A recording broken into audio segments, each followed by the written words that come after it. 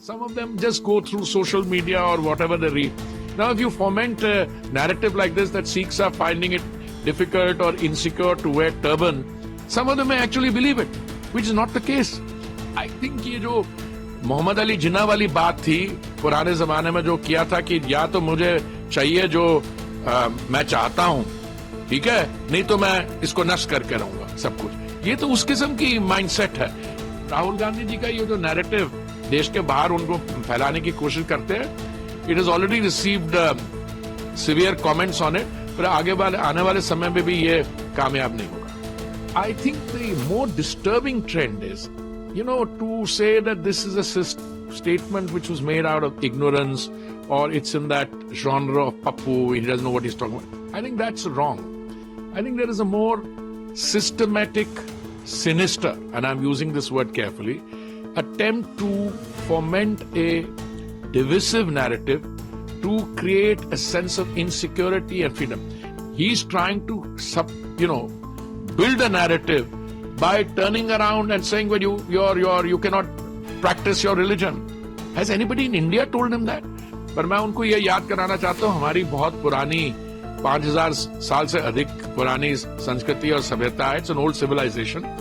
People like this will not be able to break it. Moving on from the Prime Minister to the leader of opposition, Mr. Rahul Gandhi, who was here in the United States just a week before your visit. While talking about the RSS ideology, Mr. Gandhi quoted an example of a Sikh being unable to wear a turban or a kara in India. How do you react to this? I've already reacted, but I find it astounding that you're going around looking for a Sikh, happen to find somebody in the front row, who, by the way, I think also made a statement later, and you turn around and say, the issue is whether he can wear a turban. I mean, I have worn a turban 62 years of my life. I worn a kara even longer. I think most children in our families, when they're born, the first occasion, they put a kara around. But I think the more disturbing trend is, to say that this is a statement which was made out of ignorance or it's in that genre of Pappu, he doesn't know what he's talking about. I think that's wrong. I think there is a more systematic, sinister, and I'm using this word carefully, attempt to foment a divisive narrative to create a sense of insecurity and freedom. Now, my brothers and sisters who came to the United States to work here many years ago, some of them have active contacts with with their home country. Some of them just go through social media or whatever they read. Now, if you foment a narrative like this that Sikhs are finding it difficult or insecure to wear turban, some of them may actually believe it, which is not the case. If there has been any time in the history of our post-independence existence when there was an existential threat to the Sikhs, or they felt one, I've experienced it myself. It was during the 1984, I don't use the word riots because it was a one-sided pogrom against, innocent people, 3,000 of whom were killed in cold blood in India.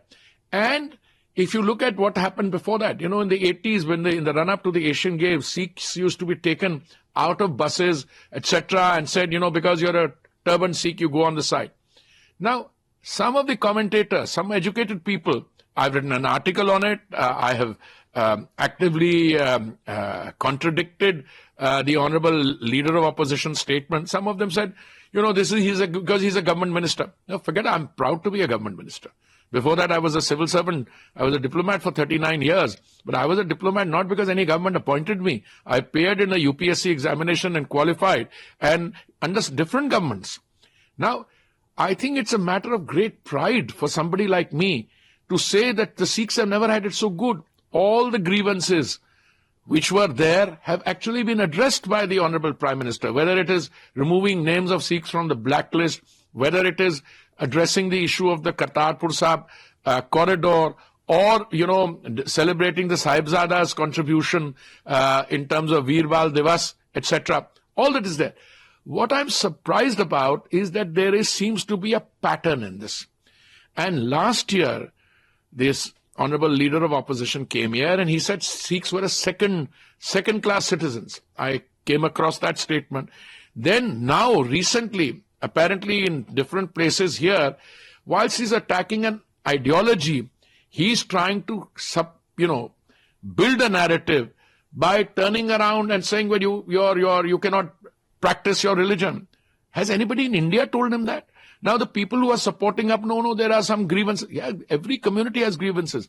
Let me assure you, the majority community also has grievances that they're made to sometimes feel like a minority community in their own country.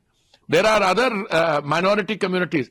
But the beauty of a democracy, and by the way, we have 960 million registered voters and something like 680 million actually turned out to vote. That is a celebration of democracy. There are differences of opinion in the United States. But if somebody who should know better, I choose my words carefully, who should know better, comes out here and at a time when there's an election going on, makes it a point to go to place to spread insecurity. वो हमारे यहाँ कहते ही तो झूठ और भ्रम फैला रहे हैं. और इनको ये पता होना चाहिए कि हमारे जो कम्युनिटी है, सिखों की कम्युनिटी, हिंदुस्तान में तो कभी उन्होंने बात नहीं की. आप बड़े अच्छा फिर कहते हैं कि वो किसी का नाम लेते. अरे देखिए, आप जब सत्ता में थे, आप ये देखिए, ये जो मॉन्स्टर्स प्रोड्यूस किए, कौन सी सरकार ने प्रोड्यूस किए.